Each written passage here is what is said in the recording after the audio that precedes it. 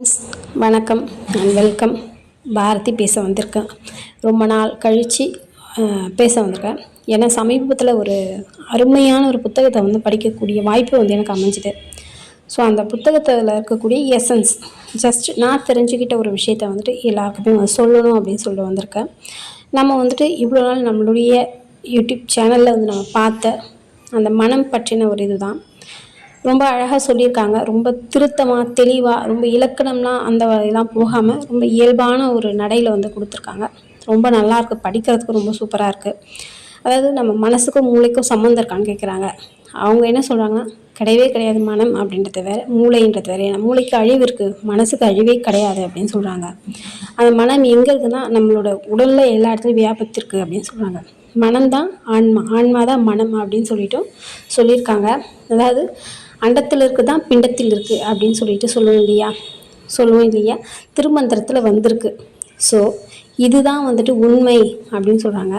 யோசிச்சு பாருங்கள், நம்மளை ஏன் ஆயிரக்கணக்கில் சம்பாதிக்கிறதுக்கே நம்ம யோசிச்சுட்டு இருக்கோம்? ஏன் ட்ரில்லியனர் ஆகணும்னு நம்ம ஏன் யோசிக்கல? மனம்தான் அதுக்கும் காரணம்.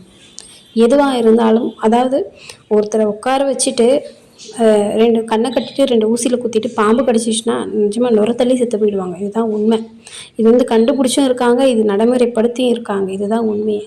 ஆனால் நம்ம அதை ஏற்றுக்கவே மாட்டோம். நம்ம கண்ணை கட்டிட்டு கால் இடுக்கில் எதனா ஒரு பேப்பர் அப்படி தள்ளி விட்டாலும் பாம்பு தான் போச்சுன்னா பயந்து செத்து போயிடுவோம் நம்ம.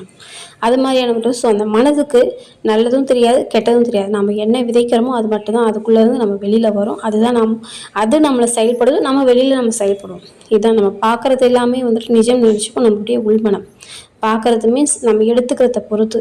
அது நெகட்டிவ் எடுக்கிறோமா பாசிட்டிவ் எடுக்கிறோமா இதை பொறுத்து தான் நமக்கு எல்லாமே மாறும். அதே மாதிரி பார்த்திங்கன்னா நிறைய பிளாக்கேஜஸ் இருக்கும் நம்மளோட லைஃப்பில். ஹெல்த், வெல்த் அண்ட் ரிலேஷன்ஷிப், இது மூணுத்துக்குமே நிறைய பிளாக்கேஜஸ் வச்சுருக்கோம். அது ஏன் அப்படின்றது இதுக்கப்புறம் வரக்கூடிய அந்த நாட்களில் பார்க்கலாம். ரொம்ப சிம்பிளாக எவ்வளோ சீக்கிரம் முடியுமோ அவ்வளோ சீக்கிரம் அழகாக முடிச்சிடுறேன். ஏன்னா அவ்வளோ சூப்பராக கொடுத்துருவாங்க புத்தகத்தில். அவ்வளோ இயல்பாக ரொம்ப அழகாக இருக்குது. எல்லாருமே கேட்கலாம்.